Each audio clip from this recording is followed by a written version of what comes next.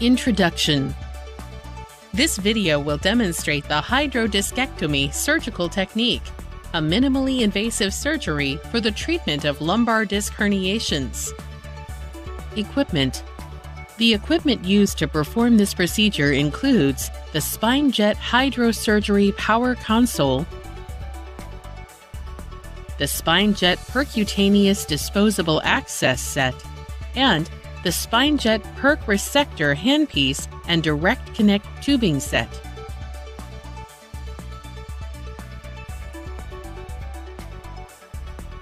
To set up the console and the handpiece, first, ensure there is proper voltage alignment between the outlet and the switch on the back of the console.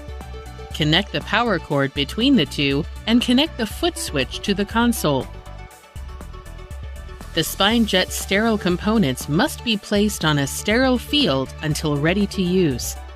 These include the saline supply hose, the pump cartridge, and the waste evacuation hose. Clip the Perc-Resector handpiece to the patient drape. You are now ready to connect the pump cartridge to the power console and connect the saline supply to a saline bag. Connect the evacuation hose to an evacuation canister. If using gravity, leave one additional port open. Turn the console on, making sure the 3 lights on the front are off. Raise the speed setting to 10 and prime the system by depressing the foot pedal until saline is flowing through the distal end of the handpiece and waste hose. The system is now ready for use. For a detailed list of warnings and precautions, refer to the Instructions for Use and System Setup Guide. Patient preparation and surgical technique. The hydrodiscectomy is performed under conscious sedation, which allows the physician to monitor the patient for any signs of nerve root irritation. After the patient has undergone standard preoperative procedures, place them in the prone position, elevating the belly to minimize lumbar lordosis. We will now begin the surgical technique.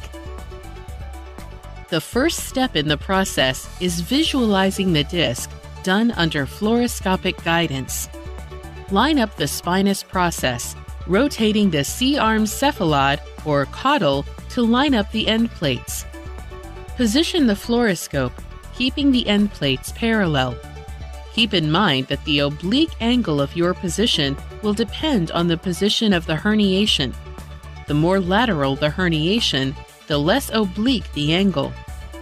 Once this setup is complete, you will administer a local anesthetic, again under live fluoroscopic guidance. The tip of the access needle is lined up with the center of the disc and the lateral border of the superior articulating process. Continue to advance the needle just until you feel resistance of the annulus. The patient could feel pain if the needle is too close to the nerve. Confirm the depth of the needle, which should be no further than the medial border of the pedicle. Using first lateral, then intermittent AP and lateral views, continue to advance the needle until it is approximately in the center of the nucleus, midway between either end plate. Confirm placement and remove the stylet from needle. Once the needle is in place, thread the guide wire using the same procedure. Use lateral, then intermittent AP and lateral views until the guide wire is in the center of the nucleus. Use a scalpel to make a nick along the parallel axis of the needle. This allows room for the Cannula and Dilator Set.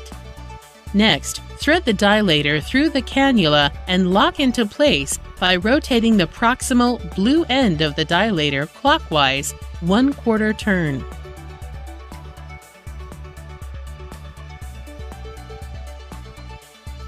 Using the guide wire, advance through the annulus no farther than approximately 1/4 of the way into the nucleus. Maintain the placement of the cannula and unscrew the dilator, leaving cannulated access to the disc nucleus.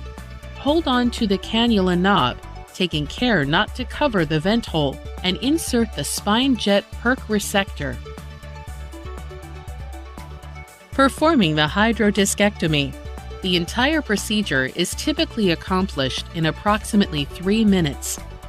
We begin by moving the Perc-Resector's distal tip in and out of the cannula for 10 seconds to create space within the nucleus. While doing this, be careful not to advance it more than 1/2 centimeter beyond the end of the cannula. Begin moving the Perc-Resector using a piston motion, slowly advancing as material is cleared. After about a minute, continue the piston motion while simultaneously rotating clockwise and counterclockwise. Finally, move the Perc-Resector in a fanning motion, working both medially and laterally. The nucleus pulposus will be seen in the evacuation tube as it is being removed.